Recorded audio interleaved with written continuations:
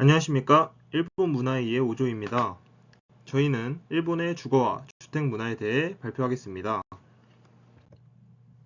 차례는 다음과 같습니다. 전통 주택 특징 및 외부 형태를 먼저 알아본 후 근현대 주택 특징 및 외부 형태, 그리고 마지막으로 주택 내부의 전통 시설과 문화를 소개하겠습니다. 저희 오조는 각 분야별로 역할 분담하여 조사하였으며 각 주제별로 대표가 발표할 것입니다. 먼저 고민가입니다. 고민가는 일본의 전통 가옥을 부르는 말입니다. 고민가라는 단어는 말 그대로 오래된 집을 의미하는데, 일반적으로 제2차 세계대전 이전에 특정한 양식으로 지어진 일본 전통 가옥을 의미합니다. 화옥 혹은 일옥이라고도 하며 우리나라에 흔히 부르는 일본집, 다다미집이 같은 말이라고 할 수 있습니다. 보통 목재로 만든 목조 건축물이며 경사진 초가 지붕을 가지고 있지만 일본식 기와를 올린 경우도 많습니다. 고민가는 나무, 점토, 집을 포함한 자연 자원만을 사용하여 건축되는 것이 특징입니다. 광복 이후 일본인들이 떠나고 한반도에 남겨진 고민가는 적상가옥이라고 부르기도 합니다. 고민가의 종류로는 후나야, 가쇼주쿠리, 나가야, 그리고 흔히 말하는 적상가옥인 화양절충식 주택 등이 있습니다. 다음으로 일본의 전통 가옥 중 하나인 후나야는 물반, 육지반 형태를 띠고 있습니다. 집 앞부분은 바다에 있고 뒤는 육지에 걸쳐 있는데, 이는 다른 나라의 수상 가옥과도 차별화된 특징입니다. 약 1900명이 거주하는 작은 마을로 약 230개의 후누야가 해안선을 따라 5km에 걸쳐 남아 있으며, 일부는 숙박시설로 운영되고 있어 관광객도 쉽게 이용할 수 있습니다. 일본어로 배 위의 집이라는 의미를 가지고 있으며 1층은 배를 정박하고 물건을 보관하는 창고의 용도로 사용됩니다.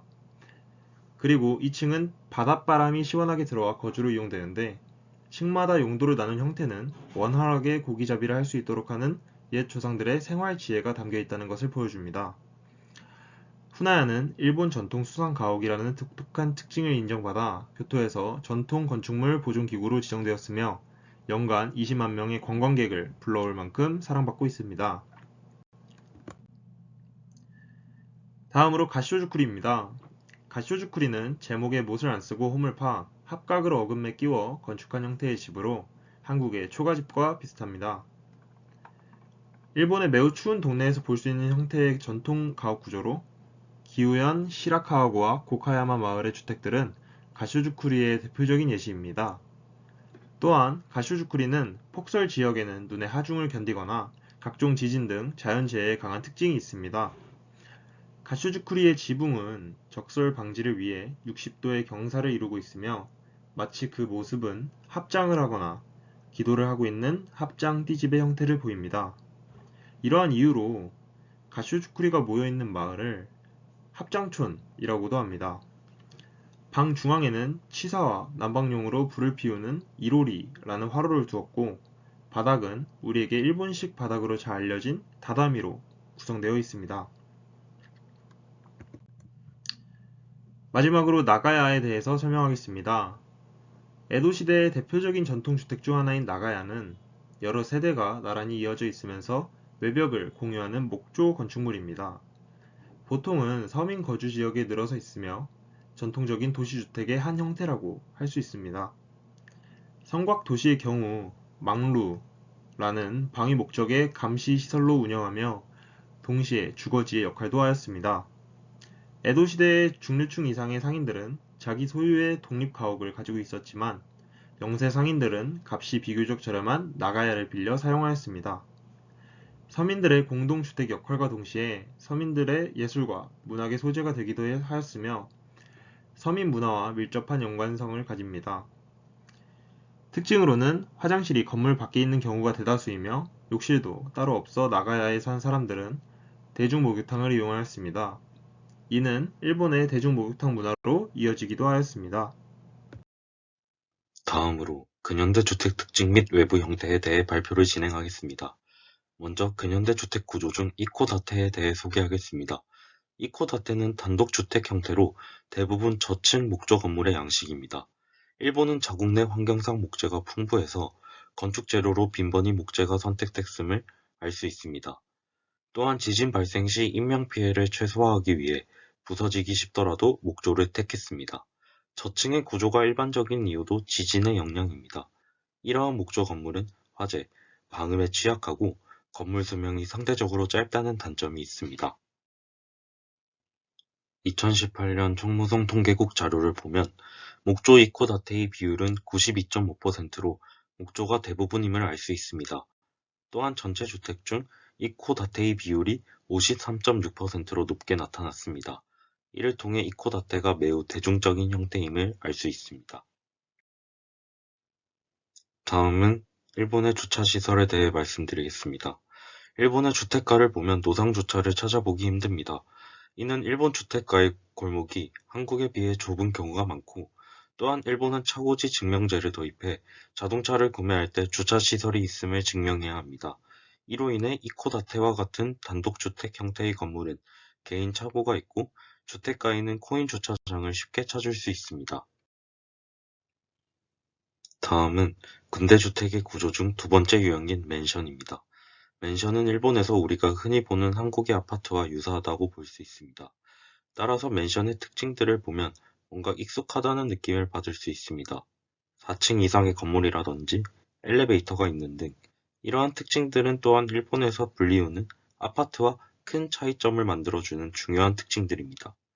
슬라이드 그림을 보면 일본의 맨션은 단지를 형성하기보다는 단독 건물 형태로 많이 존재합니다. 이는 땅이 부족하다 보니 한정적인 부지에 지어야 하는 제한성 때문에 그렇다고 합니다. 또한 그림에서는 맨션이 두 가지 형태로 존재하는데, 하나는 다양한 여가시설이 모여있는 주상복합형 맨션과 고층의 빌딩 형태로 되어 있는 타워형 맨션이 있습니다. 다음은 맨션의 장점에 대한 내용입니다. 먼저 왼쪽의 그림은 오다이바에 있는 타워 맨션의 로비입니다. 이 로비에는 입구에서 키를 꽂고 비밀번호를 입력해 들어가는 형식인 오토록이 있습니다. 이 오토록이 있어서 보안이 굉장히 좋아 혼자 사는 여성이나 보안에 민감한 사람들에게 좋다고 합니다. 그리고 부재 중일 때 택배를 다시 가지고 가는 일본의 문화 특성에 있어서 펜션에는 한국의 무인 택배함이라고 불리는 택배버스가 있어 굉장히 유용합니다. 또한 맨션에는 자체 쓰레기장이 있는데, 보통은 쓰레기 종류에 따라 지정된 요일에 아침에만 쓰레기를 배출해야 하는 문화에 있어서 자체 쓰레기장이 있다는 것은 굉장히 편리한 점이라고 합니다. 장점이 있다면 단점도 있습니다. 다음은 맨션의 단점에 대한 내용입니다. 맨션은 구조적으로 우수하고 보안이 좋지만 건축 비용이 높아 임대료와 주차료가 아파트보다 비싸고, 보안시설, 엘리베이터 등으로 관리 비용 역시 높다는 단점이 있습니다. 그리고 일본 집은 내진 설계 및 통풍 등을 이유로 벽이 한국에 비해 굉장히 얇기 때문에 층간소음이 굉장히 강하다고 합니다. 그리고 일본은 섬 구조상 지진이 빈번히 일어나는데, 요즘 자주 짓고 있는 타워형 맨션의 고층에서 살고 있다면 지속적으로 지진에 대한 불안감을 안고 살아야 할 것입니다. 물론 면진 설계가 되어 있다면 그나마 안심할 수 있지만, 개인적으로 맨션의 고층에서 사는 것은 피할 것 같습니다. 마지막으로 일본의 아파트에 대해서 설명드리겠습니다. 일본의 아파트는 한국의 아파트와 달리 낡고 저렴한 곳들이 많습니다. 엘리베이터가 없는 2, 3층의 복도형으로 집들이 붙어 있습니다. 장점으로는 주로 경량 철골로 지어진 목조 건물로 건축 비용이 저렴합니다. 단점으로는 목조 건물이기에 방음과 단열에 취약합니다. 또한 공용 현관이 없어 보안에 취약하고 발코니가 없습니다. 특히 짱구는 못 말려에 나오는 와르르 맨션은 일본 원어판에서는 마타즈 레장이라고 하며 또 기울어졌다라는 말장난이라고도 합니다. 마타즈 레장의 장은 이런 소형 공동주택을 일컫습니다. 일본은 이사비도 비쌀 뿐더러 보증금과 따로 사례금이라는 것을 내야 합니다. 사례금은 월세의 한두 달 정도를 집주인에게 주는 것으로 보증금과 달리 돌려받지 못합니다. 또 퇴실할 때에는 타치아이라는 반검사를 진행하는데, 바닥, 벽지에 작은 손상이나 오염만 있어도 꽤 많은 원상복구 비용을 내야 한다고 합니다. 그러다 보니 형편이 어려운 사람은 주로 아파트에 살게 됩니다. 일본의 집들은 대부분 지진을 견디기 위해 내진 설계 혹은 면진 설계가 되어 있습니다.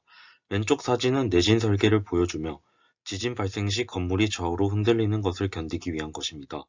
지진이 발생했을 때 집이 고정되어 있다면 더 무너지기 쉽습니다. 그래서 지진의 흔들림에 따라 집이 움직이게 할 수 있도록 하는 장치인 것입니다. 오른쪽 사진은 면진 설계를 보여주며 지진의 충격을 줄이기 위한 것입니다. 건물과 지면 사이에 고무를 끼워 넣는 이 방식이 일본에서 가장 많이 사용됩니다. 면진 장치의 단점은 집안이 튼튼해야 하기에 도쿄 내에서는 아주 드물게 사용된다고 합니다. 비용도 많이 들어 주로 내진 설계를 이용하여 지진을 견딘다고 합니다. 네, 일본의 주택 문화입니다. 일본의 주택 문화는 일본의 주택은 주로 전통적인 농가와 마치야, 그다음에 맨션, 그다음에 아파트, 그리고 이코다테라 불리는 한 채씩 있는 거주용 가옥으로 분류할 수 있습니다. 일본에서 주로 맨션이라면 우리나라에서 아파트라고 불리는 종류의 주택이고요. 그다음에 일본에서 아파트라고 하면 우리나라에서 맨션이라고 볼 수 있는 주택이라고 생각하시면 되겠습니다. 네, 저희가 주로 설명할 것은 마치아에 관한 것이고요. 마치아에서 왼쪽에 있는 한자는 집가자를 쓰고, 왼쪽에 있는 표기법은 집가자를 사용하고, 오른쪽에 있는 표기법은 집옥자를 사용합니다. 집가자를 사용하면 주로 사람이 거주하는 주택이라고 생각하시면 되고요. 그다음에 집옥자를 사용하면 주로 상점이라고 생각하시면 됩니다. 저희가 일반적으로 일본어에서 그 야가 들어가는 단어를 볼 수 있는 것은 요로즈야 또는 난데문야라고 부르는 다양한 상품을 파는 일반 가게가 있고요. 그 다음에 사카야, 저희가 흔히 이자카야라고 부르는 술집이 있고요. 그 다음에 저희가 어렸을 때 볼 수 있는 문방구 비슷한 다가시야가 있습니다.